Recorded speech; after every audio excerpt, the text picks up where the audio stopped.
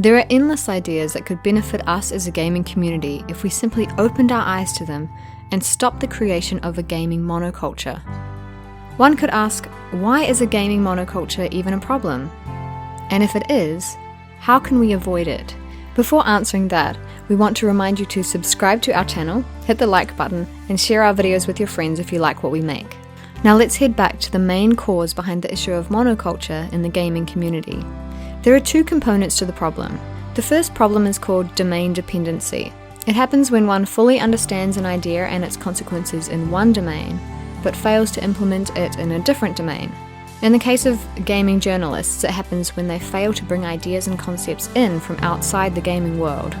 The second problem is opinion clustering, and it is a natural repercussion of the first problem, where the gaming journalists create a bubble and don't let ideas from outside enter. Let's start with domain dependency and see how learning an idea and implementing it are two different things. The wheel was invented hundreds of years before it was used as a tool to help us transport heavy objects. The lasers used in hospitals, medical research, and to read the Blu-ray discs in your gaming consoles were first built in 1960 by Theodore H. Myman at Hughes Research Laboratories to help the aviation industry and NASA.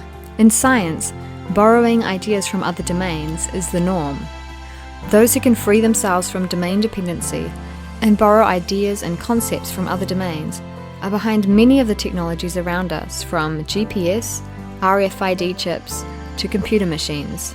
For opinion writers and journalists who are not involved in serious investigative journalism, the case of domain dependency can be seen in its purest form. Many of them follow the rule of safety in numbers, so you see them imitating the opinions of the others, clustering into a monoculture that makes it hard for any journalist to deviate from the conventional opinion on any issue. Let me give you an example from another field to make the idea clearer. Look at the experts' recommendations of buying, holding, and selling stocks. The best of them have an accuracy recommendation rate of less than 50%, which makes throwing a coin a better predictor of what stocks you should buy and sell when. But if you ignore the accuracy of these recommendations for a moment and see how the recommendations all correlate with each other, you'll notice that it is as if they all came out of the same cookie cutter, created by the monoculture we talked about. In the gaming world, this clustering and monoculture are very clear in review scores. For a gaming journalist, giving a game a score far different from the average means he or she risks looking like they don't know what they're doing, or that they aren't seeing something the other reviewers are seeing. So it becomes safer to simply give the game a score close to what all the other reviewers have given. Reviewers and gaming journalists will surely disagree with me and argue that they are in control of their thoughts and behavior when giving a game a score, and not influenced by the large number of other reviews. But social psychology tells a different story. Research shows that we do not have as much control over our thoughts and behavior as we think, and there is a heuristic most of us use to determine what to do, think, say, and buy. The principle of social proof. To learn what is correct, we look at what other people are doing. It happens because our brains are very efficient and try to give us quick answers with the least amount of effort. Social proof is a shortcut our brains use to decide how to act.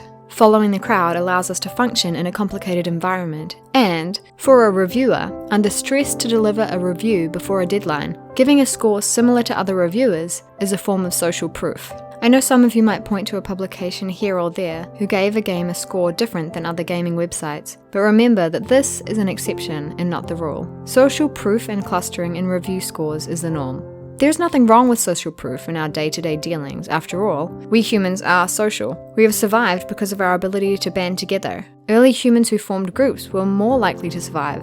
But clustering opinions in things like gaming journalism is unhelpful. So let us focus on how to break this cycle and make our relationship with video games as a medium more healthy by freeing ourselves from domain dependency and social proof. Let's get rid of review scores. Opinion clustering is one of our deficiencies as human beings. We all remember at school when we wanted to say something, but did not say it because the overwhelming majority of students in the class had a consensus on an issue, and we simply followed the herd. Many of us can't outgrow this habit and it stays until very old age. Just look at the Brexit debates, and how most of the members of Parliament follow the whip of their own party regardless of what they personally think. In matters of opinions, safety in numbers is a strong but dangerous force. In the gaming world, we're focusing less and less on other domains and have created our own monoculture, where 60 frames per second and native resolution is a religion many worship.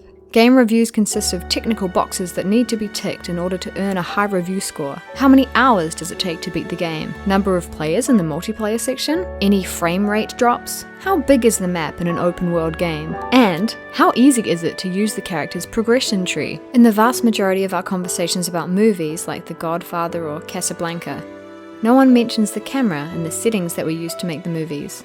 No one asks if Interstellar was shot using a VistaVision film camera or a digital Red 1 camera, because we know that these technicalities are beside the point, which is the movie itself. But we fail in many cases to apply the same logic to video games. My formula to solve this problem is to advise gamers and game developers to forget the gaming bubble for a period and expose themselves to totally different experiences like reading poetry, learning how to play a new musical instrument, or even trying a new hobby that has nothing to do with gaming, like birdwatching. In all of these examples, you might ask, how can these experiences improve me as a gamer or as a game developer? Well, the answer is simple. Learn how to get out of domain dependency. When you learn an idea or obtain a skill in one domain, try to figure out how to use it in a different domain. After reading Les Miserables by the French poet and novelist Victor Hugo, it might not be obvious at first how to implement that experience in games, but learning how to empathize with the book's characters can help gamers empathize better with characters in their favorite games, and help creators make more relatable game characters. Reading Thinking Fast and Slow by Daniel Kahneman, a book about our cognitive biases and heuristics, would be helpful to a developer who wants to provide difficult choices to the players in their games. Here at Game Denker, me, your host, Elizabeth, and my colleague Hytham want to make a confession to you, our dear viewers. It might hurt our brand as a gaming channel, but we fully believe and stand behind the principle that leads to the confession we are about to make. So here it is. We don't watch any gaming YouTube channel on a regular basis. Not because we are arrogant or don't think they make good videos, but because we don't want to contribute to creating the monoculture we strive to liberate the gaming community from. The only gaming channel I used to watch was Kinda Funny Games. I watched because of Colin Moriarty, a guy I have a lot of respect for as he provided knowledge to the table from other fields. Unlike many gaming journalists, he didn't suffer from the syndromes of domain dependency and social proof. When he talks about Bioshock, you clearly notice his knowledge of Ayn Rand's Atlas Shrugged, and when he talks about Assassin's Creed 3, again, you see him bringing in knowledge about American history from books he has read. When he left the channel, I stopped watching. I looked for alternatives after that, and the first thing I noticed in most of these gaming journalists is that they don't read books. Or if they do read them, then they suffer from domain dependency and fail to bring the knowledge and ideas from other fields to the field of gaming. Arguing about the size of the map of Fallout 4 or the frame rate of Red Dead Redemption on PS4 Pro versus Xbox One, and how hard it was to earn a certain trophy in Uncharted 4, just doesn't interest or challenge me. So here at Game Denker, we read only gaming news, not opinions, and we read non-gaming books.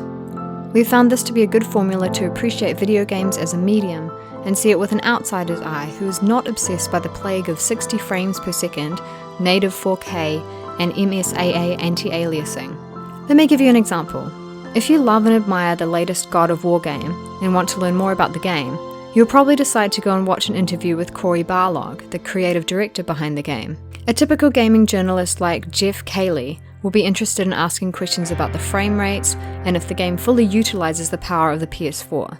The interview gets more typical when Cayley asks if the game is an open world or a linear story, and Barlog tries to steer the interview away from technicalities into what matters more, the game itself and its story.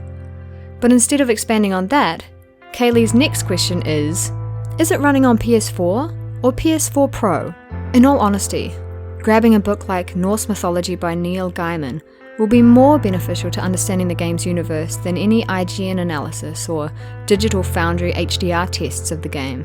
Many gamers and reviewers were asking why the gods in the God of War series are closer to superheroes with special abilities than gods who are the creators of the world. Well, you won't find the answer to that question in the pages of GameSpot or Kotaku, but in the writings of Gilbert Murray, a scholar of the language and culture of ancient Greece. He says, "The gods of most nations claim to have created the world. The Olympians make no such claim. The most they ever did was to conquer it. And when they have conquered their kingdoms, what do? Do they attend to the government? Do they promote agriculture? Do they practice trades and industries? Not a bit of it. Why should they do any honest work? They find it easier to live on the revenues and blast with thunderbolts the people who do not pay. They are conquering chieftains, royal buccaneers. They fight and feast and play and make music." It is sad that most gaming websites do not deal with this interesting topic, preferring to stick to tried and safe formulas that only lead to more and more social proof and domain dependency. As a game developer, when you grab a book or attend a new experience, never start by asking yourself, how can this benefit my career as a game developer? You don't know yet. Read about serendipity in science and the role of chance in making scientific discoveries. From penicillin to cisplatin, even to the microwave, they were all products of unintended consequences. Exposing yourself to non-gaming experiences can give you the insight of an outsider, which will bring a fresh view to the gaming medium. The next time you want to learn more about Assassin's Creed, then avoid watching the frame rates analysis and the behind-the-scenes motion capture videos. Simply pick up a history or a philosophy book that relates to the topic of the game. Believe me, your appreciation of the game will increase exponentially, and your admiration for its creators will be limitless. This is not a criticism of gamers or the gaming community at all. It is a love letter by a gamer like you who loves this medium and will continue to advocate it to all non-gamers. But in order to convince others about the greatness of this medium, we need to elevate the level of our discussions and writings about games by borrowing and learning from other fields of knowledge, and to get out of our current bubble of technicalities, 60 FPS, anti-aliasing, and blindly following the review scores of reviewers who only want to impress other reviewers. I love games as a medium, and gamers as a community, and I hope they understand this video as nothing other than a love letter from someone who wishes the best for the gaming community.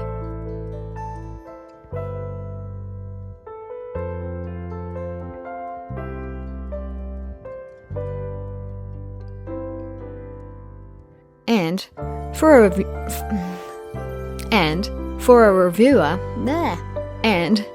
a reviewer under stress to deliver what are they delivering? A pizza. That would be easier to say. Following the crowd allows us to function in a complicated environment. Dryer. Following the crowd allows us to function in a complicated environment. And for a reviewer under stress to deliver a review before deadline. And for a reviewer under stress to deliver a review. Why can't I say